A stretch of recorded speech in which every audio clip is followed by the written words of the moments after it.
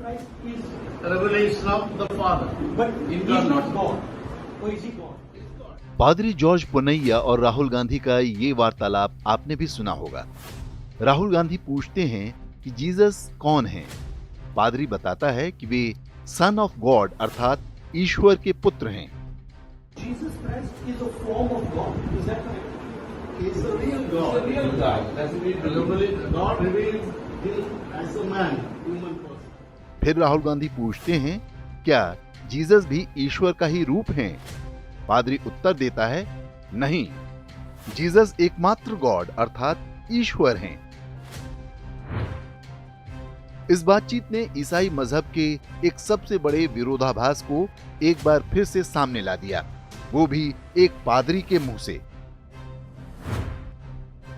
Jesus ईश्वर हैं या ईश्वर की संतान? ये वो सामान्य सा प्रश्न है जिसका उत्तर पूरे ईसाई मजहब के पास नहीं है। यहीं पर आकर वे फंस जाते हैं। जिस आधार पर उन्होंने अपने मजहब की कल्पना गढ़ी है वो ही अतार्किक, अस्पष्ट और मूर्खतापूर्ण है। जीसस या यीशु या तो ईश्वर हो सकते हैं या ईश्वर की संतान। कोई भी व्यक्ति अपनी ही संतान या अपना पिता नहीं हो सकता। विरोधाभासों का ये क्रम बहुत लंबा है। जैसे कि जीसस की मां कुंवारी थी। धरती पर जन्म लेने वाले किसी व्यक्ति की मां कुंवारी हो, ये कल्पना प्रकृति के नियमों के ही विरुद्ध है। क्या ये संभव है कि कोई ईश्वर ऐसा हो जो अपनी ही सृष्टि के नियमों के परे हो?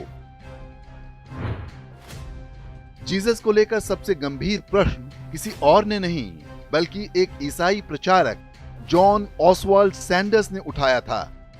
उन्होंने लिखा है कि जब तक यीशु ईश्वर हैं, तभी तक ईसाईयत का अस्तित्व है। यदि यीशु ईश्वर नहीं है तो कोई ईसाईयत नहीं है। जो लोग उसकी पूजा करते हैं वे मूर्ति पूजा से अधिक कुछ नहीं। वर्ष 2013 में जीसस के अस्तित्व पर प्रश्न खड़े करने वाली एक और पुस्तक प्रकाशित हुई जिसका नाम है There was no Jesus, there is no God। इसके लेखक राफेल लेटेस्टर ने पूरे तर्कों और ऐतिहासिक तथ्यों के आधार पर सिद्ध किया है कि जीसस वास्तव में एक सामान्य व्यक्ति थे जिन्हें उनके मरने के बाद ईश्वर बना दिया गया। जीसस की सूली पर चढ़ाने की घटना भी ढेरों संदेहों और प्रश्नों के घेरे में है।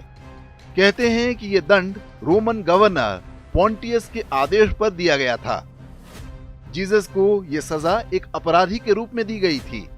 स्पष्ट है कि उन्हें किसी सामान्य कब्र में दफनाया गया होगा। बताया जाता है कि 3 दिन बाद जब कुछ महिलाएं वहां पहुंची तो कब्र को खाली पाया। यहीं से उनके स्वर्ग जाने और अन्य चमत्कार की कहानियों का आविष्कार हुआ। जीसस अपने जीवन भर यहूदी रहे और उसी रूप में मरे। ऐसा कोई साक्ष्य नहीं मिलता है कि उन्होंने कोई नया मजहब चलाने अथवा स्वयं के ईश्वर या ईश्वर की संतान होने की घोषणा की हो। जिस बाइबल को ईसाइयों की पवित्र पुस्तक बताया गया वो भी जीसस के जन्म से पहले ही लिखी जा चुकी थी। यह संभव है कि जीसस मात्र एक चेहरा थे। उनके पीछे बड़ी राजनीतिक शक्तियां सक्रिय थीं जो ईश्वर और आस्था के नाम पर अपना बड़ा साम्राज्य स्थापित करना चाहती थीं। वे सफल भी रहे। जीसस के मरने के लगभग 300 वर्ष बाद रोमन साम्राज्य का पूरी तरह धर्मांतरण हो गया। यहाँ के राजा कॉन्स्टेंटीन ने उस मजहब को स्वीकार कर लिया जिसका आविष्कार ही उसकी प्राचीन सभ्यता को नष्ट करने के लिए हुआ था। ईसाई आज विश्व का सबसे बड़ा मजहबी समूह है, लेकिन अपने विरोधाभासों से वो आज तक उबर नहीं पाए हैं।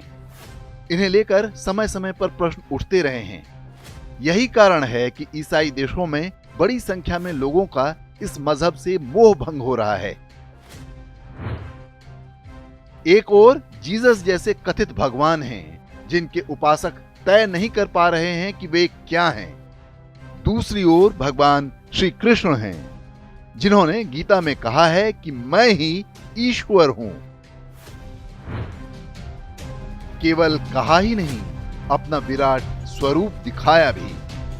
साथ ही वे उन नीतियों और सिद्धांतों का प्रतिपादन भी करते हैं जिनसे धरती पर सत्य और धर्म की रक्षा हो।